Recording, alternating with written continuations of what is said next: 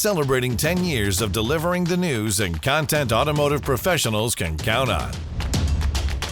CBT News, 10 years strong. Subscribe today.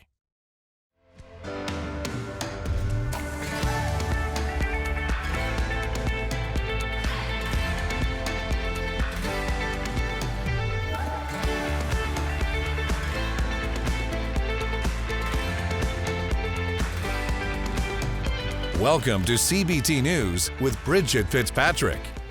Hello everyone and welcome back to CBT News. Thank you so much for joining us today. Here's Chris Riggins with today's top stories. Thanks, Bridget. Toyota Motor Company has announced it's dialing back global outputs in December as a result of ongoing supply chain turmoil and the COVID-19 pandemic. The automaker expects to produce approximately 750,000 units in the month, 250,000 in Japan and 500,000 overseas. Toyota's fiscal year production plan ending March 31st, 2023 now forecasts 9.2 million vehicles in the current instead of 9.7 million.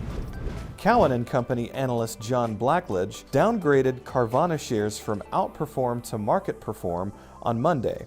After missing 2022 profit targets, Blackledge is, quote, less confident in Carvana's timeline for reaching positive free cash flow.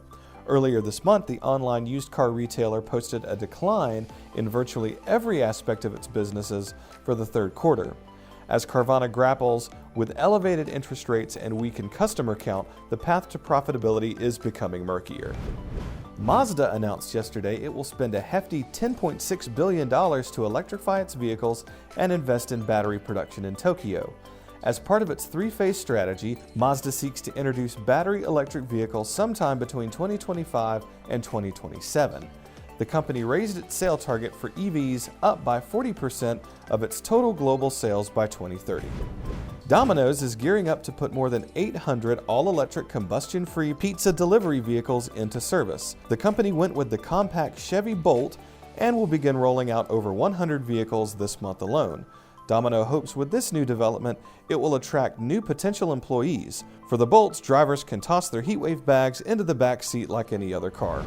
Don't go anywhere. Coming up next is Andrew Wright, managing partner of Venart Dealerships. We'll be right back. Delivering the news dealers count on for 10 years. Subscribe today and join thousands of other automotive professionals.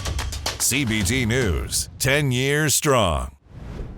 Today on Inside Automotive, we're pleased to welcome back Andy Wright, managing partner of Venart Dealerships, to share his perspective on what's happening in retail automotive today and his end-of-year predictions for the market. Check it out.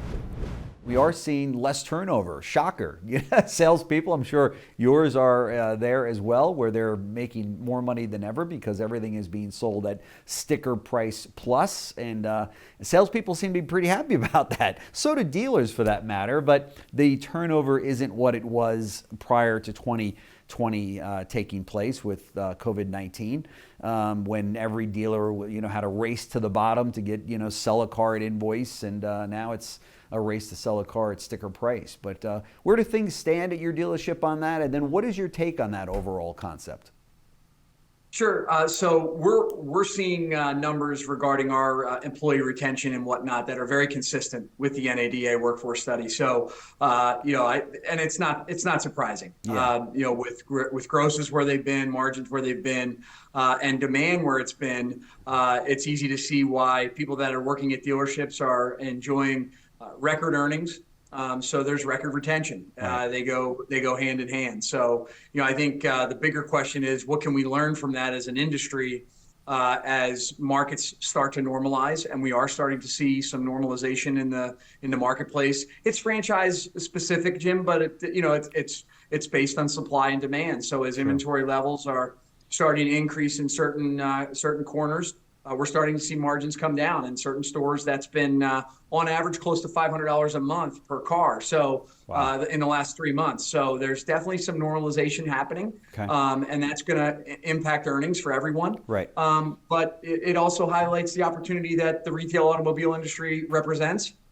And hopefully those that have enjoyed the good times will remember them as things start to normalize and get back to the way it was to a certain extent, and we go from there. But it's great to see our industry with such high retention numbers after decades of struggling to retain good people. That wraps up our show for today, but we invite you to join us back here again tomorrow morning for all the latest news and trends impacting the retail automotive industry. And be sure to follow us on TikTok, Facebook, Instagram, and LinkedIn. Thanks for watching and have a great day. Thanks for watching CBT News, the voice of the retail automotive industry.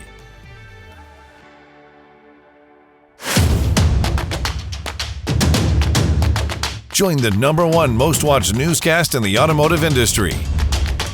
CBT News, 10 years strong. Subscribe today.